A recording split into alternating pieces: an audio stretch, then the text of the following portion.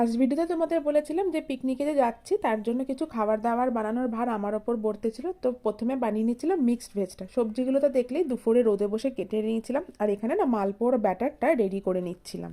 দিল্লি শুধু না, পুরো নর্থ ইন্ডিয়া সাইডে একটা না মিক্সড ভেজ বানানো হয়, যেটা একটু কিন্তু পেঁয়াজ রসুন দিয়ে হয়, একটু স্পাইসি হয়, বেশ একটু ড্রাই ড্রাই টাইপের খেতে হয়। তো সেইটাই বানানোর চেষ্টা করছিলাম। শীতকালীন যত সবজি আছে সেগুলোকে সব ডুমো ডুমো করে কেটে না নুন দিয়ে ভেজে নিচ্ছে, আর অপর দিকে যে ওই যে বললাম কচুরি বানাবো তার জন্য কড়াইশুঁটিগুলোকেও পেস্ট করে নিলাম। আর গ্যাসে তো সবজিগুলো ভাজা হচ্ছিল, দেখো রংটা কি সুন্দর লাগছে না কড়াইতে চাপানোর পরে। কড়াইশুঁটিগুলোকে আদা লঙ্কা আর নুন দিয়ে পেস্ট করেছি। দিল্লিতে যত রকমের ধরো লঙ্গার হয় বা বিভিন্ন রকম ভোজ খাওয়ানো হয়, সেখানে কিন্তু এই টাইপের সবজিটা হওয়াটা মাস্ট, বিশেষ করে শীতকালে তো ভীষণ। তো সবজিগুলো ভাজা হয়ে গেছে, ওগুলোকে কড়াইতে তুলে নিচ্ছিলাম, আর ওই তেলেই একটু গোটা জিরে আর গোটা ধনে ফোড়নে দিয়েছি। এইটাতে না একটু বেশি তেল দিলে খেতে আরো বেশি টেস্টি হয়, আমি যদিও সাফিসিয়েন্ট তেল দিয়েছিলাম।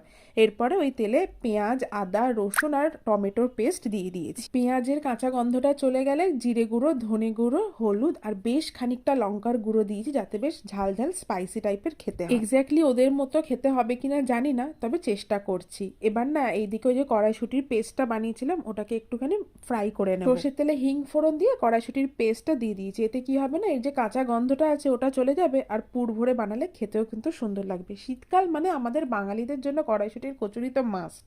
সত্যি কথা বলতে দুটো গ্যাসে দুটো বসিয়েছি, কেননা আজকে রাতের মধ্যে তো রান্নাবান্না শেষ করতে হবে। এই দেখো এখানে মশলাটা কষে গেছিলো বলে ভেজে রাখা যে সবজিগুলো ছিল সব দিয়ে দিয়েছি, আর ওপর থেকে ছড়িয়েছি আমাদের পাতি বাঙালি যে ভাজা মশলাটা হয়, যেটা ওই ফুচকা টুচকায় দেয়, ওই মশলাটা, যাতে টেক্সটটা আর একটু ভালো হয়। আর এই দেখো ভালো করে মিক্সড করে নিয়েছি। এখানে কিন্তু এই মিক্সড ভেজ একদম রেডি। অপরদিকে এই কড়াইশুঁটির যে পেস্টটা ছিল ওটাকেও বেশ করে টেলে নিয়েছিলাম, আর মালপো বেশ কতগুলো করে ভেজে নিয়েছি। এত কিছুর মধ্যে ডিনার বানানোর আর টাইম পাইনি, তাই অর্ণব না এগ চিকেন রোল নিয়ে এসেছিল। এখানে একটা বাঙালি দোকান আছে যেখানে একদম আমাদের কলকাতার মতো এগ চিকেন রোল পাওয়া যায়। যে ক্যাসারোল করে কালকে পিকনিকে খাবারগুলো নিয়ে যাব সেগুলোকে সব ধুয়ে ধায়ে রাখলাম। এগুলো না এখন খুব একটা ব্যবহারই করতে পারি না, যাক এই সুযোগে অ্যাটলিস্ট ব্যবহার তো হচ্ছে।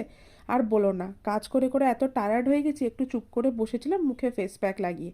তারপরে ভাবলাম শুধু শুধু বসে থেকে আর কি করব, তার চেয়ে বরঞ্চ কচুরির পুরগুলো ভরে নিই। তবে একটা সত্যি কথা বলি, জীবনে বোধহয় প্রথমবার নিরামিষ পিকনিক করছি আমরা। তোমরা জানো তারা তো জানোই, আর যারা জানো না তাদের জন্য বলি, দিল্লি বা নর্থ ইন্ডিয়া সাইডটাতে না ভেজ নন ভেজ নিয়ে একটু সমস্যাটা হয়। আমরা যেহেতু দিল্লির ফেমাস সুন্দর নার্সারিতে যাব পিকনিক করতে, তাই যাতে সেখানে কোনো রকম কোনো প্রবলেম ফেস না করতে হয়, তাই আমরা সমস্ত আইটেমগুলো ভেজ বানিয়েছিলাম। আসলে ওখানে নন ভেজ অ্যালাউ ছিল কিনা সেটা আমাদের জানা ছিল না।